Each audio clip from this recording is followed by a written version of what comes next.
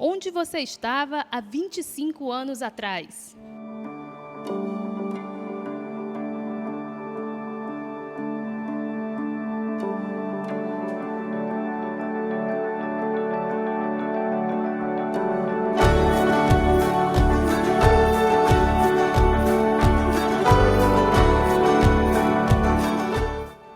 Você imaginava que Deus fazia planos a seu respeito? Na verdade, Ele já havia colocado no coração de um homem o encargo de pastorear você e a sua geração. A igreja, vamos dizer assim, ela é um marco na minha vida. E quando eu fui chamado, eu estava na Jocum, estava orando mais ou menos às 6 horas da manhã, quando Deus me chamou. E Deus me pedia que eu saísse do meu trabalho, do meu emprego, para me dedicar especificamente às almas. Então eu tive que renunciar a um trabalho, uma posição que eu já tinha na empresa, para poder realmente fazer o melhor de todos os trabalhos, né? Então o Ministério da Redenção nasceu de um chamado, né? Na verdade é um chamado, é um encontro de chamados. Há pouco tempo a gente fez as contas, fizemos comparação, eu e o pastor Monteiro fizemos comparação de datas e nós descobrimos que nós fomos chamados para o ministério no mesmo ano e provavelmente no mesmo mês. Agora no mesmo dia, provavelmente não, mas foi no mesmo mês. Ele estava na Jocum em 1981 e eu estava num acampamento de mensageiras do rei. Então eu me lembro que a missionária que estava pregando naquele dia chamava Ida May Reis, norte-americana, que tinha servido ao Senhor aqui no Brasil e estava ministrando para nós. Ela cantou, né, a minha vida eu entrego a Deus, e fez o apelo para quem quisesse atender o chamado missionário. E foi assim que eu fui até a frente. Eu tinha 11 para 12 anos de idade. Eu entendi que eu tinha que me capacitar para fazer a obra bem feita. Eu me matriculei no Seminário Bíblico Pentecostal da IDPB, estudei durante 3 anos e depois eu achei que eu poderia progredir. E eu fui para a Faculdade Batista de Teologia do Amazonas. E ali, durante 4 anos, eu me preparei para ser pastor. Mas o maior preparo todo é o campo, né? É a experiência que você tem no campo. Mas eu achei que seria interessante também sentar no banco, aprender, para realmente conhecer com profundidade a palavra de Deus. Então isso foi muito importante na minha vida, eu me preparei para isso. Com relação ao casamento, no meu caso, eu não era tão ansioso ao casamento, mas eu entendia que eu tinha que ter alguém para que eu pudesse dar continuidade ao sonho que Deus tinha colocado no meu coração. Então eu fui me envolvendo com a obra a ponto de, um dado momento, quando eu percebi os meus valores, vamos dizer assim, todo o projeto que eu tinha para a minha vida, ele estava hoje direcionado num outro caminho. Então eu imaginava ser um advogado, né? Meu interesse era ser advogado. De repente eu me envolvi tanto com as coisas de Deus, que o meu prazer era exatamente na lei do Senhor, trabalhar para Deus. Com relação ao casamento, Deus assim foi tremendo comigo, né? Eu esperei no Senhor, esperei tranquilamente. De repente Deus, encontrei a Regiane no ônibus, nós começamos a conversar, aí a gente percebeu que havia afinidade com relação à obra de Deus. Foi isso que nos atraiu. O que mais nos fez com que nós uníssemos foi exatamente essa afinidade com relação aos projetos futuros. E o projeto futuro era realmente servir a Deus integralmente na obra do Senhor. Logo depois, Deus, assim, lá por volta, quando eu tinha 19 anos, eu conheci meu grande amigo, que depois se tornou meu marido. E assim, a primeira coisa que aconteceu, antes de nós buscarmos a casa para nós morarmos, nós fomos atrás de um terreno para começar a obra da IDPB Redenção, né? O pastor Montefusco já tinha essa visão estabelecida muito clara para ele, né? Então, eu acredito que a partir daí eu me encaixei no chamado dele, eu embarquei na aventura dele. Bem, depois, em 1989, dia 31 de março, nós casamos, fomos para a lua de mel. Quando nós voltamos, nós começamos a primeira reunião na casa da minha mãe, e logo na semana seguinte Eu acredito que foi numa quarta-feira, nós começamos o trabalho na casinha, né? Era uma casa de 2 pisos que foi... a pessoa tirou a parte de cima. Ela era muito simples, muito humilde mesmo. E a gente começou, ela não tinha, assim, quem olhasse não via nenhuma possibilidade. Com relação ao bairro que nós estamos hoje, onde a igreja está situada hoje, quando nós fomos convocados pelo pastor presidente da IDPB estadual, ele fez uma pergunta para mim. Nós não temos nenhuma igreja na Redenção.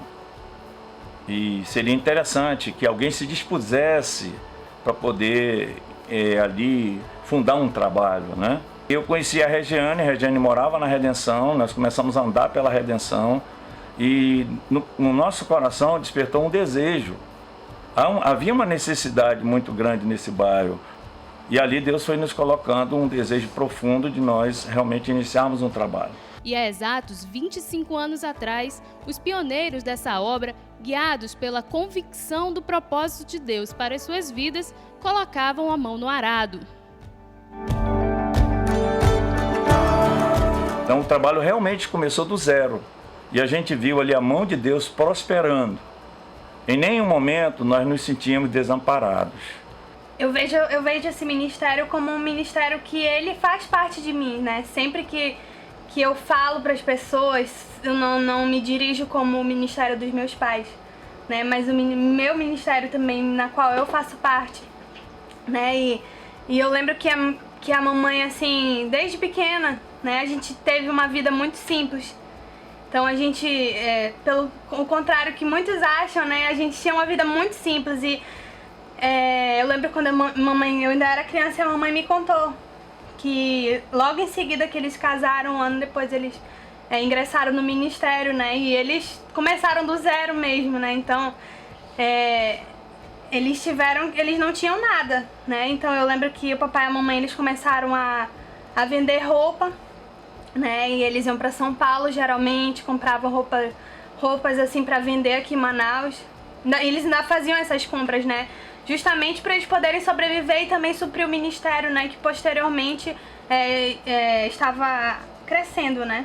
Então, assim, a gente viveu sempre de maneira muito simples, né? A gente nunca teve luxo. Eu sempre falo para as pessoas que o que formou a gente hoje foi tudo aquilo que a gente viveu, né? Mas eu lembro que quando era criança, muitas vezes a gente não tinha o que comer aqui em casa, assim. Deus nunca deixou faltar nada, né? Mas muitas vezes eu lembro, assim, claramente, assim, quando a mamãe é incrível, né? Ela sempre tentou, de certa forma, fazer com que a gente visse as coisas de maneira feliz, né? E eu lembro que a gente brincava de caça ao tesouro, quando a gente não tinha dinheiro para comprar comida e a gente ficava, eu lembro que eu e a Luciene, né?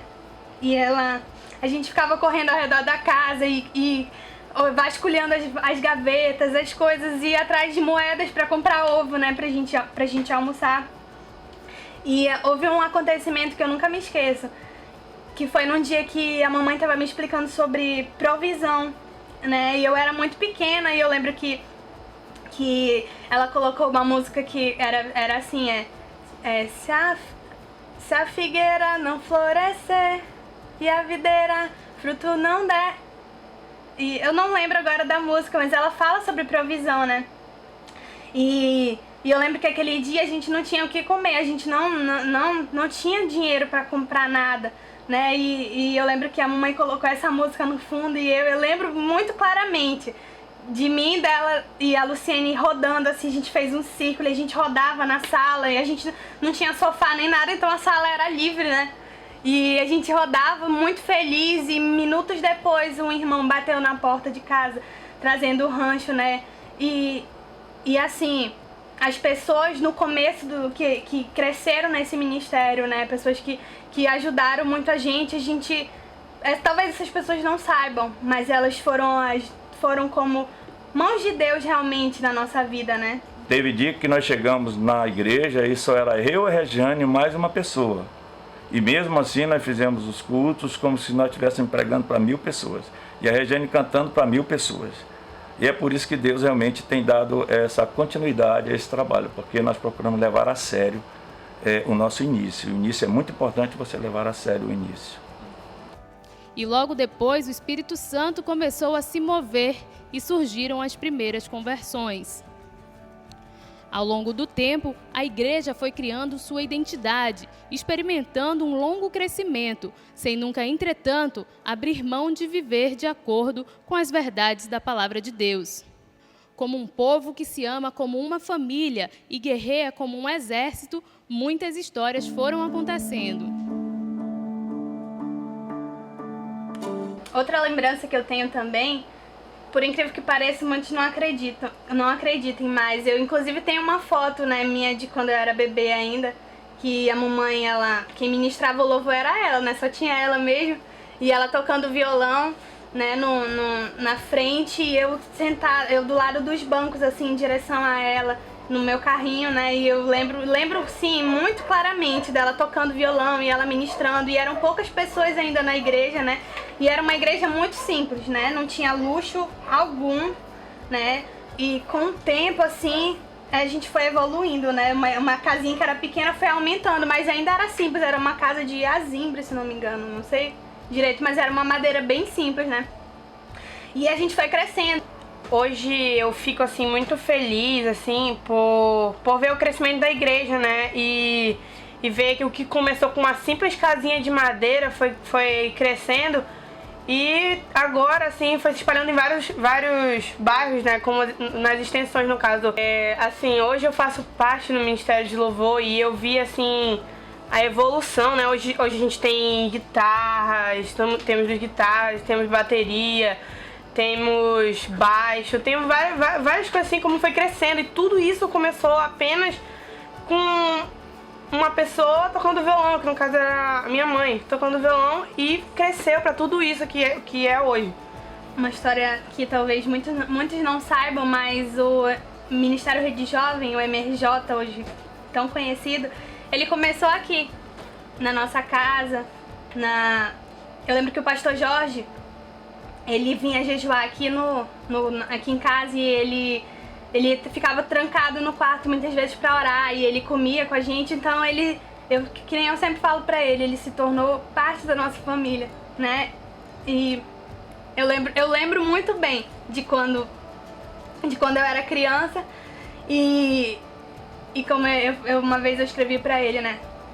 Que ele era o meu irmão, assim, eu lembro que na escola eu sempre falava isso, né, que ele era o meu irmão mais velho e a gente saía pro cinema, e quando ele começou a conhecer a pastora Luciana, e a gente ia pro cinema junto, então ele foi sempre aquele irmãozão, né, que sempre nos meus aniversários tava aqui e trazia presentes, e então ele faz parte da nossa família, né, e com o passar do tempo, né, o relacionamento dele com a pastora Luciana, eu não lembro de muitos detalhes porque eu era eu era pequena, né, mas eu lembro que houve uma viagem decisiva, que foi uma viagem que a gente foi pro Louvação, em Curitiba, né, e foi um congresso eu lembro que houve uma viagem decisiva, que foi uma viagem que a gente foi pro Louvação, em Curitiba, e a partir daí, então, o autor começou a escrever a história do Ministério Rede Jovem, né, através dessas duas pessoas que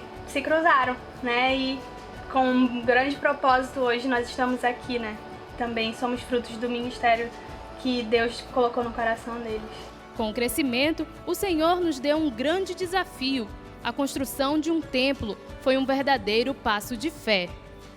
Com relação à construção do templo,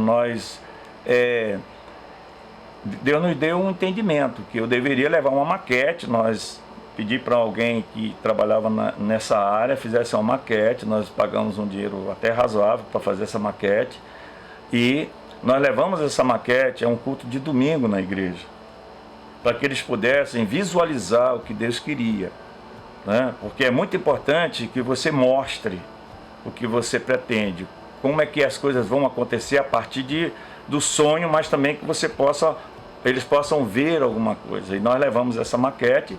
E ali num domingo, aquele pequeno grupo, eu acho que não tinha 30 pessoas, talvez umas 30, não sei, mais ou menos. E essas pessoas começaram a interceder diante de Deus numa oração muito poderosa. Nós pomos as mãos sobre aquela maquete e ali nós colocamos no altar do Senhor para que Ele pudesse trazer a provisão. Como nós conseguimos construir tudo isso? Com fé.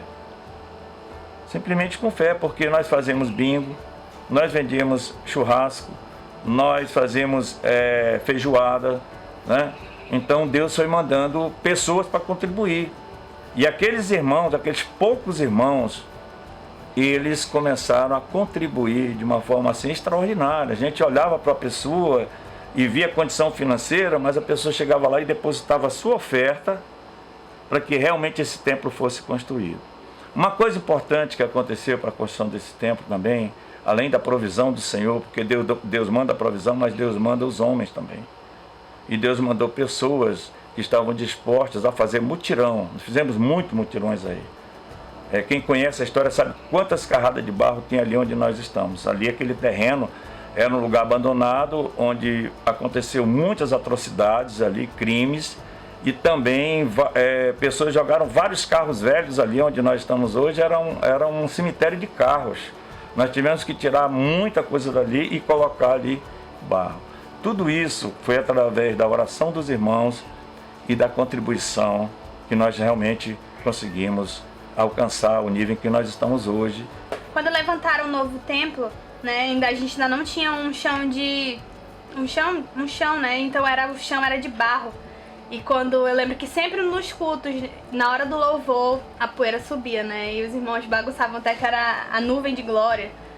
Que, principalmente na hora de entregar a oferta e a poeira subia, era aquela coisa amarela, né? Geralmente a gente chegava em casa com a barra da roupa toda amarelada, né? E os pés cheios de barro, né?